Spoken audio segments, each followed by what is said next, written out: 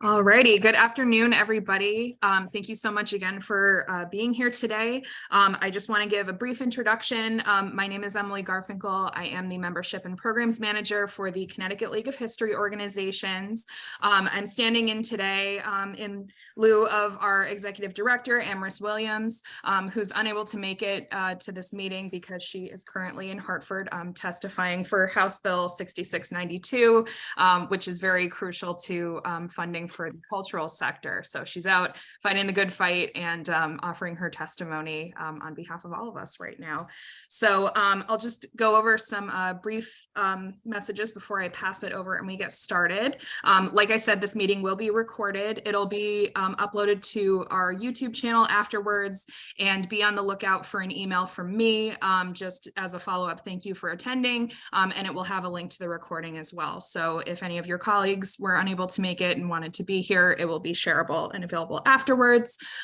There will be a really brief well, I guess it won't be that brief depending on our crowd. We don't have a super big group today, but there will be a brief Q&A afterwards if you have any questions for our speakers. We do also have an option if you have a pressing question or any other question that you'd like answered, feel free to pop it in the chat. I will be monitoring that as well, and there will be a transcript of the chat available afterwards in case we want to capture any written questions that people had. So I believe that's it on my end, but I do want to thank the NHPRC for offering this program and grant for this opportunity to offer the Connecticut Collections Finding Aid Project. So without further ado, I will pass it over to Diane Lee, who is the project manager for the Connecticut Collections Project. So thank you so much, everybody. Hi, everybody. I see a lot of familiar names of some current users and future users who are hopefully joining the 2023 cohort.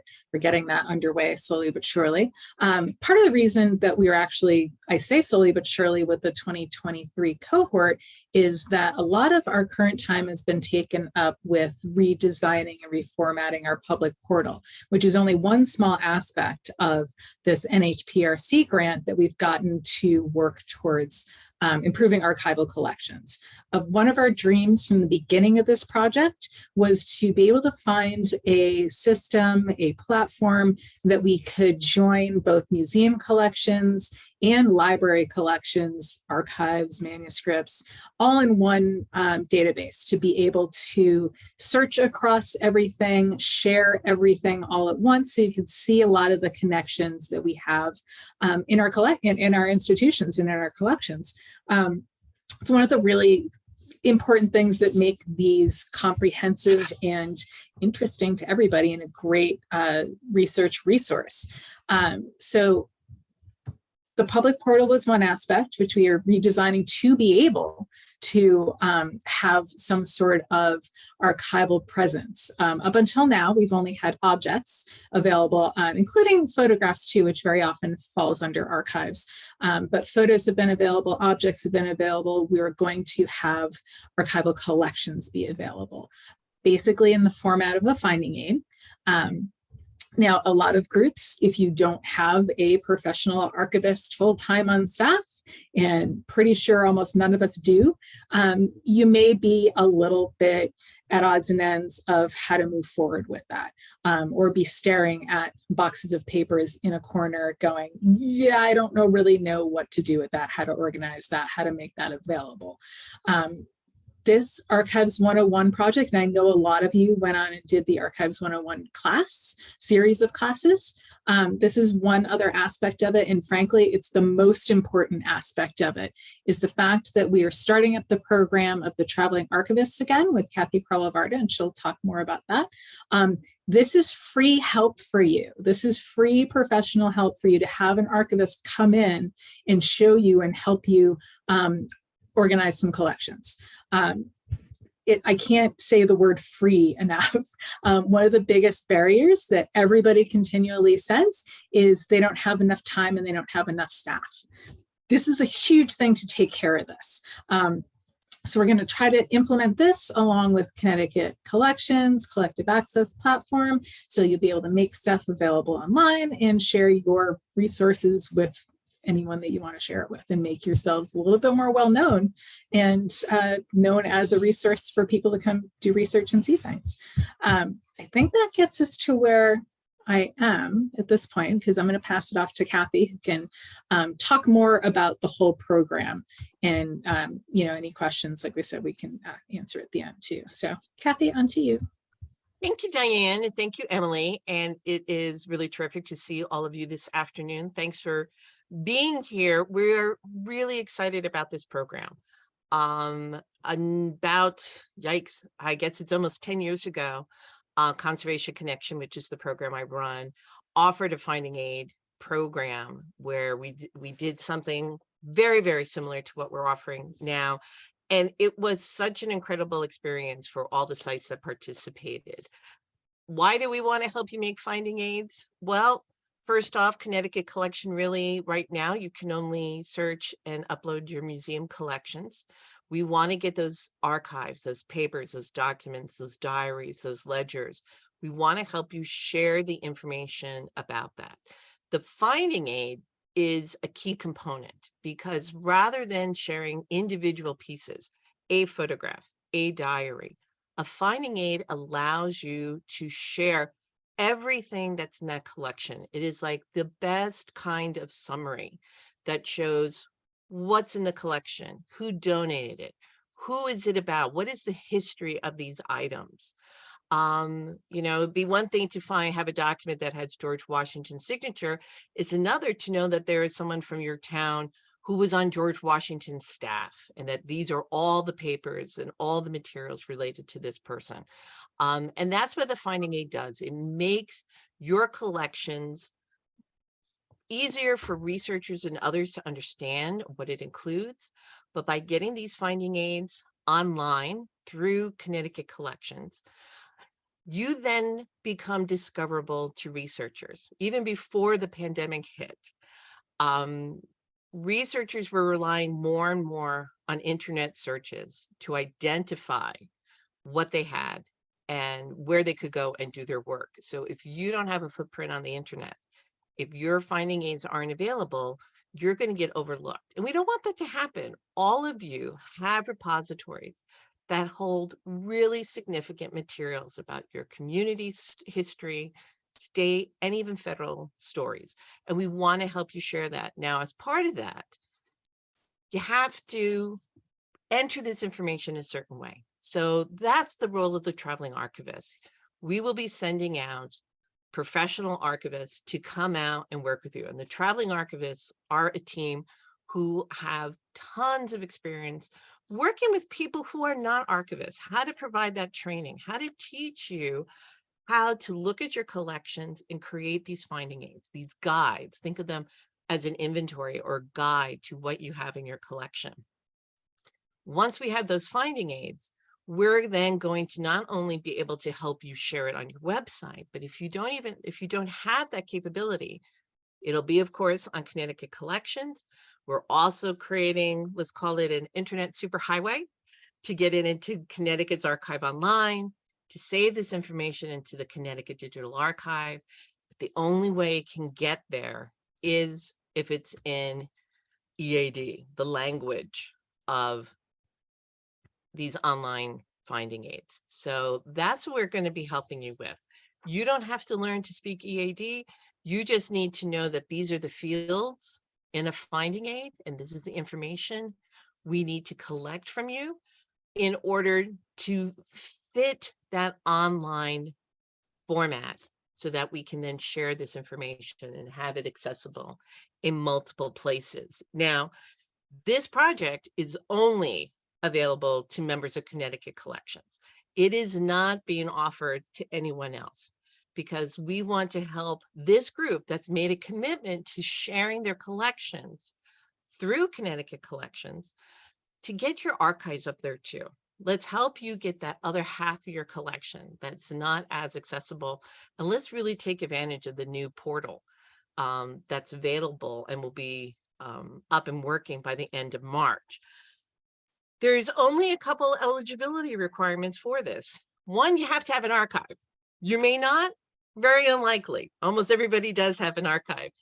it should be more than 10 linear feet. So if you're looking at your shelving unit and you measure, that's like 2.5 shelves of of the 4-foot shelving unit. So almost all of you are going to have that. What we know is that some of you may have finding aids. Some of you may have, if you remember your terminology from Archives 101, have arranged and described your collections. If you have that, you're ready to roll. If you don't have that, we can work with you to make sure that we select with you, and we're here to help you make these choices, 5 collections to collect to create finding aids for. And when we're talking about collections, again, these are archives. So it may be what we call an artificial collection, such as postcards or genealogy or deeds, or it could be related to the Smith family or to the Congregational Church or any other entity that may have donated papers to your repository. So we are here to help you and support you. The way we're going to be able to select the 25 institutions out of the 50 who are now members of Connecticut Collections is through an application process. This application that I'm going to show you quickly is intended to collect the information that will help us know where you are in managing your archive, but it will also be shared with your traveling archivist so that they can kind of come up to speed. So when they make that first phone call and email and reach out to you, they have a little understanding of what you have before they make that first site visit. You're going to get several site visits from your traveling archivist. You're going to work both in person and virtually over Zoom and telephone and email to create these finding aids. They're there to teach you. They're there to work with your collections. This is completely free. As Diane mentioned, we are not charging you for this. The National Historic Publications and Records Commission, which is the granting arm of the National Archive, is paying for this because they thought this was a really terrific project to help all of you make your archives more discoverable. And that's what we're really excited to be able to do with everybody. So let me share with you. Give me 1 second to share my screen with you, and hold on.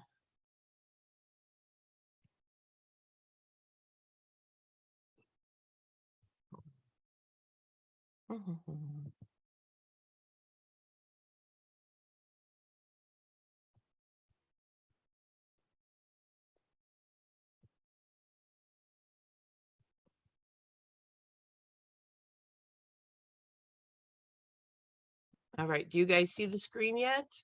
Is it sharing or not sharing? Yep, you're sharing, you're fine. You see the Connecticut Collections heading? I do.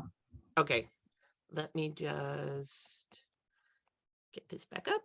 Okay, so Connecticut Collections, this is the information that Diane and I shared with you, is all here in the application. We're using a Google form. We've been using lots of Google Forms in the last couple of years, so this should be pretty simple for all of you to do. One thing to remember, this isn't something that the traveling archivist can deliver directly to you. We do need you to commit a couple people's volunteers who work with your archives, maybe a board member, because the point is we want you to learn how to do this so you can continue working on this after the grant program ends. The application will be open till March 31st, and then we will let you know in early May who has successfully been awarded. And believe me, you want this. I cannot tell you enough, stress enough, how much the Finding Aid project helped the museums and historical societies and libraries we worked with in the past grow. So application, real simple things. Who are you? How do we reach you? Who is your contact person for this program? Letting us know if you have any paid or unpaid staff just helps us understand how many people we'll be in communication with, who's there to help, having an idea of your annual visitors, and letting us know who is responsible for your archive collection. Do you have someone who's full-time there? Do you have a curator that acts as curator and archivist? Do you have an archivist, but they need some assistance? You know, there's just too much to do, and maybe finding aids is not something they have a lot of experience with. Is it an all volunteer crew that's working with your archives? Let us know, so that that kind of helps us start understanding what we need to do when we get out to your site. Who's allowed to handle the archival collection? Do volunteers work with it? Is it staff only? Is it both? Do you have a professional archivist? As I said, that doesn't rule out you participating in this project whatsoever, because different archivists have different strengths. And so this may be an area that they need some support, or they just need an extra pair of hands, which is what the traveling archivist will also be, is an extra pair of hands to help you get to your destination. We want to know what type of institution you are, what are the functions you provide. And then we want to know about the size of the collection that you're working with. So if you were to look at all the boxes and containers of photographs and letters and scrapbooks, how many linear feet is that? So in here, there is a way to calculate it. So if you're using, say, Gaylord document boxes, which are typically about 6-inch wide, there's stored going the longest dimension going back on your shelves. You can count how many boxes you are, and it'll calculate the amount of linear feet. Helps us understand how many documents and things that you're working with, trying to manage. We also want to know if you have a listing of the items in your archive. Right now, all of you have been really spending time on your museum collections. So let's put a little thought into what we're doing with your archives and how we support you. Do you have an inventory? Do you have an accession register? Do you use a logbook or a spreadsheet? If you don't know, you won't be the first person to check that box. So don't be afraid to tell us that. We know you're all working to get your collections into Connecticut Collections, and it varies by institution how much you're using the database. But let us know if you still have paper-based records that need to get in there. Are there things from old databases, spreadsheet, past perfect? This helps us know where we're going to be searching for information if we need to help you arrange and describe those collections. As I said, are they arranged and described according to best practices? That's what, if you're not sure what that means, go back to Archives 101. You can go back, that Google Classroom is still and will always be available to you. You can watch that webinar about arrangement and description. That'll help you understand whether or not you've done that with your archives. And we simply need to know what step we're going to be starting with you. And that's why that question is important. Some of you may already have finding aids, but they may be to different standards, different degrees of depth. That helps us to understand too. Even knowing when the finding aids were created, you know, if you created them in 1985, they may exist on a floppy disk somewhere, or they're just hard copies. So we'll take a look at that and see if it still meets best standards and practices of the fields we need for EAD, and we can work with you to transfer that information to compliant formats. Wanting to know how many finding aids, what percentage of your collection. I think if you have 100%, you're not going to probably need us to help you with this. And are your finding aids DAX compliant? If you remember from Archives 101, DAX means describing archives, a content standard. That is the guidebook. That's the guidelines of how we structure the templates that we use to create a finding aid. So if you created your own format for a finding aid that doesn't necessarily follow DAX, if we know that, then that's also, this is all to help inform the traveling archivist of what they can expect to work on with you. We're going to have to take anything that's existing with you and kind of convert it to DAX so that it then works with EAD. You don't have to speak those acronyms at all. You just have to nod and go along with us. Okay, if you have finding aids, where are they? You know, some of you, I think, may have participated in our prior finding aid projects. So if you did, then We had all of those uploaded to Connecticut's Archive Online, or maybe you have them on your website. Again, this gives us a chance, if it's on your website, we can go and take a look. One of the most important questions, though, for you to answer is to tell us what are the 5 most important, most unique, or heavily used collections in your archives, which you would like to create a finding aid for. And we want you to list them and tell us why these pieces. So, you know, maybe it's you have a terrific box of information and photographs on the 1955 flood or the 38 hurricane. Or perhaps you have, and I'll give you an example from our last Finding Aid project. Town of Lebanon actually has amazing collection about materials about Lebanon that were dropped by the United States government on the Soviet Union for propaganda purposes. Lebanon was the poster child of the ideal American town. That I remember reading that on that application and it just blowing my mind. Like, I had no idea. That was not how I would have imagined something that was in the Lebanon Historical Society's archive. And that was a terrific discovery. So what are those things that people are always calling about or heavily used? Or is there something, you know, if people could had an idea, you had it, you know, just like Field of Dreams. If you build it, if you make it accessible, will they come? Let us know what kind of collections management tools you have in place currently. Mission statement, collection management policy, photographic records, transcriptions. All of these just help us know where you are in managing these collections.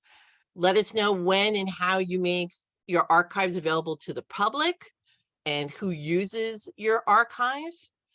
And then, you know, this is a place where you can just make a really good case for yourself and why you, out of everybody who might apply, why do you want or need assistance in creating finding aids for your collections in your archive?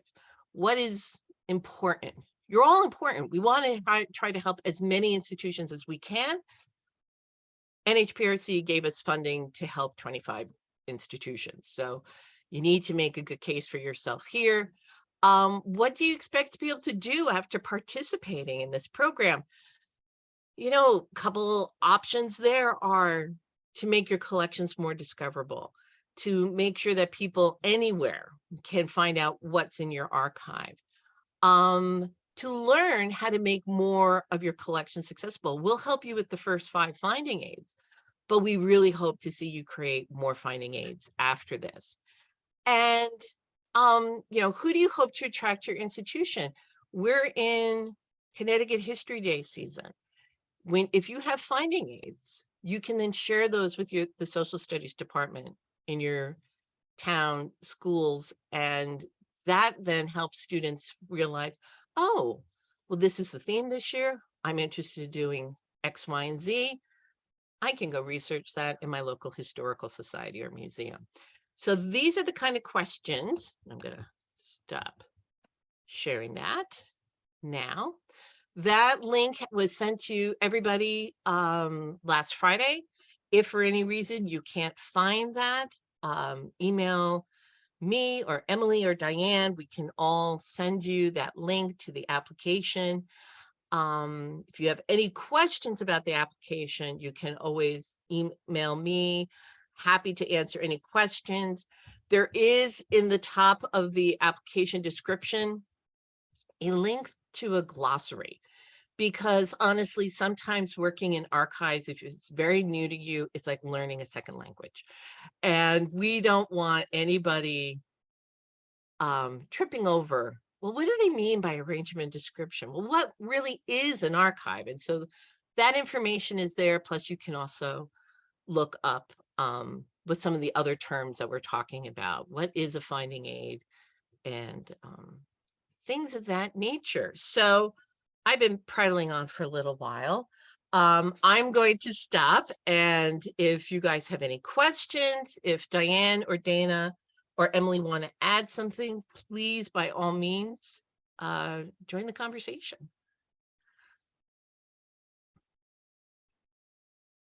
Okay, and I see that Jennifer did put up, If you have a full-time archivist, are you still eligible to apply? Yes, you are eligible. And this is where, why do you need the assistance in creating finding aids? That's like the best place where you could really address why, even as a professional, you need help. And there are a number of institutions in Connecticut Collections that do have full or part-time archivists that they absolutely can apply. You have a few, so Eastline, we have a few partially finished finding aids. Can we include those in our 5 collections?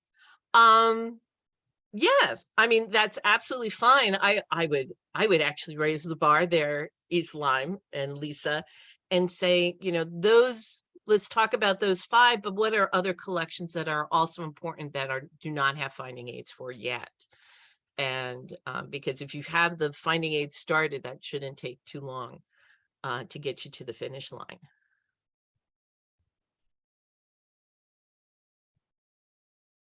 Okay, were you going to, all right, so a question for Michelle. Were you going to reschedule the hands-on finding aid workshop that was canceled last year? So here is the plan going forward for that, is we decided we wanted to do the application part first.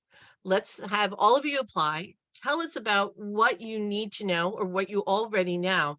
And we think we'll be able to then, if we need to spend a little bit more time on appraisal or a little bit more time on arrangement and description, we will build that workshop to address the needs that we see identified in the application.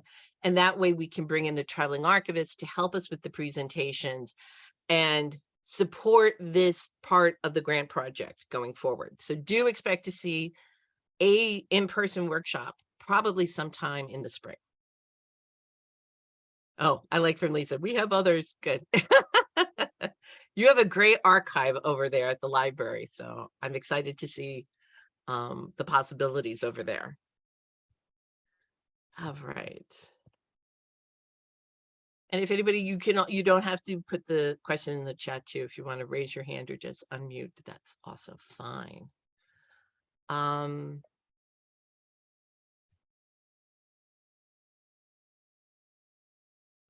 And Kathy, it made me think of something while you were talking to, talking about making things findable. This is just making like the paper finding aid. I know digitization is super, super attractive to people. And a lot of folks that I've talked to and heard from are really excited about digitizing like everything in their collection. This is not this. So don't let that be like overwhelming thinking about this process. This is just coming up with a paper / electronic finding aid that you're going to read. This is not a case of, well, you're going to have to digitize this. You don't. This is nothing to do with that aspect of it. We'll address that at some point and some of the good practices to go with that. We're talking about doing another digitization workshop coming up, probably, hopefully this year, frankly. But this isn't about digitizing your whole collection. We do not want you to digitize every single little piece of paper. So this isn't something that's like, oh my gosh, it's really overwhelming that I'm going to have to digitize these 200 pieces of paper. No, this isn't that. This is just the finding aid aspect and learning what's there so that you're going to be able to share that with others down the road. And at the same time, then maybe you can figure out what you might want to digitize at the end, but that's not the focus. That is such an excellent point, Diane. Thank you for bringing that up. And I know all of you from in different stages and have digitized part of your collections, a lot of postcards, photographs, other materials. If you have digitized things that are part of these collections that you want to create finding aids for, well, that's the new benefit of what all the work that's been going into Connecticut Collections, is we can then link those digitized records to your finding aid. And if you have transcriptions for those materials, we can link that as well. You want to say something to that, Diane? I do. Yeah. Because you just made me think. One of the new features that we're going to have in the public portal is an ability to crowdsource transcriptions from people. So when you do get to that digitization aspect of it, if you have existing transcriptions, great. We are going to be able to have a transcription feature. So people will be able to go on and create transcriptions. There will be like governance to it, so it's not like it automatically goes up on your page and into your record and thing, but we'll get into that more later, and that will definitely have a session on it, probably in office hours or something, way later on in the year. But that is going to be one aspect of it that's going to be going forward too. I'm really excited about. Oh, that is, I didn't realize that was one of the new features. That is exciting.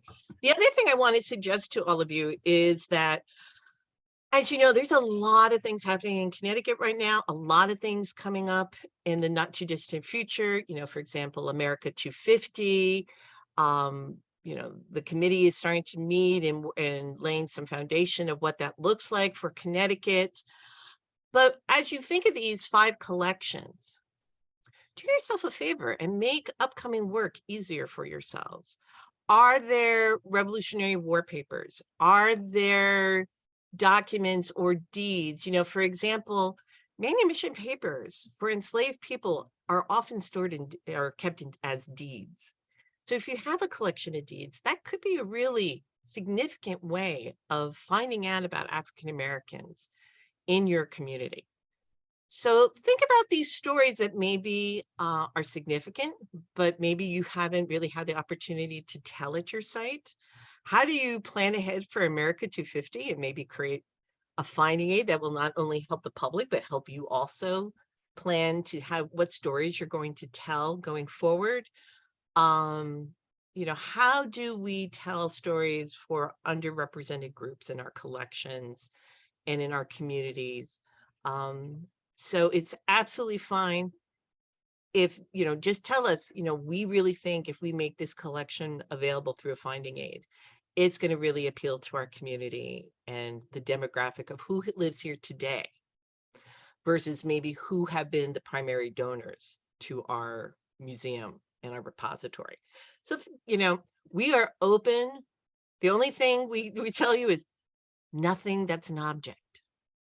No objects. You know, you may have a collection that came in and there's documents and the archive side, and that they also gave you some furniture and some quilts. We're not doing the furniture and the quilts.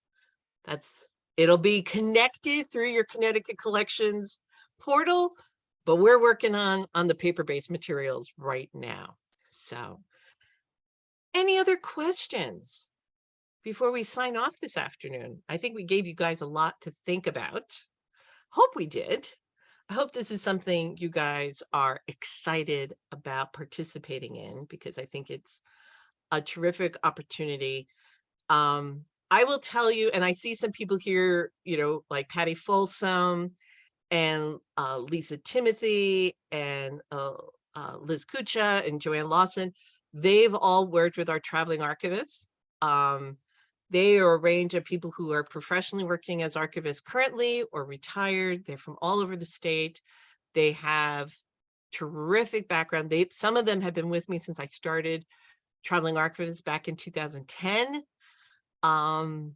They're an absolutely fabulous group of people. And I can say one of the best ways to share with you how well they work on site with people is the number of sites who afterwards find grant funds and other funding to hire them to come back, to keep working with them, that they want to keep exploring their archives, keep improving the access to their archives. So I could tell you, they're a really terrific group of people. I'm really very fortunate to have them. So off topic, but I'm curious from Jewish Historical Society, if other bicentennial organizations have thoughts on how they're using that for the 250th. Well, that's a really interesting conversation. That sounds like a future colleague circle. If you were involved in some of us were around for the bicentennial at different ages. Diane and I always talk about, yeah, we were little, we remember the bicentennial. But you know, what are people going? And I can tell you, there is interest in telling a broader picture, setting forth a broader picture and telling more stories about the revolutionary period in America and in Connecticut. So hopefully that happens. And yes, good luck with your collections assessment. For anybody who's wondering, that's the collections assessment grant, which also is due at the end. Well, that opens March 31st. So the day you put in the last day you apply for this, you can also start applying for a collections assessment grant. It's from Denise, the Custom House Maritime Museum is in the process of joining. Are we eligible to apply now too? I throw that to Diane. And she said, yes, go right ahead. Yay. And that's what we're trying to do is we want to make your collections and your use of Connecticut Collections as successful as possible and as easy as possible for all of you.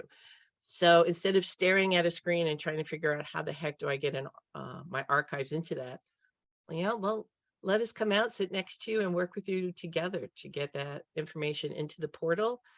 We'll take care of all that back end stuff and making it accessible through Connecticut's Archive Online and getting it stored into Connecticut Digital Archive. And then you get to feel the great emails that you'll get from people wanting to know more about what you have. So anything else my team of lead cohorts wants to add? No. All right. If you have any questions, I'm just gonna probably should pop in my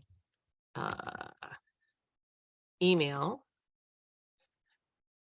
You can always go to the Conservation Connection website, but CSL Conservation Connection at ct.gov.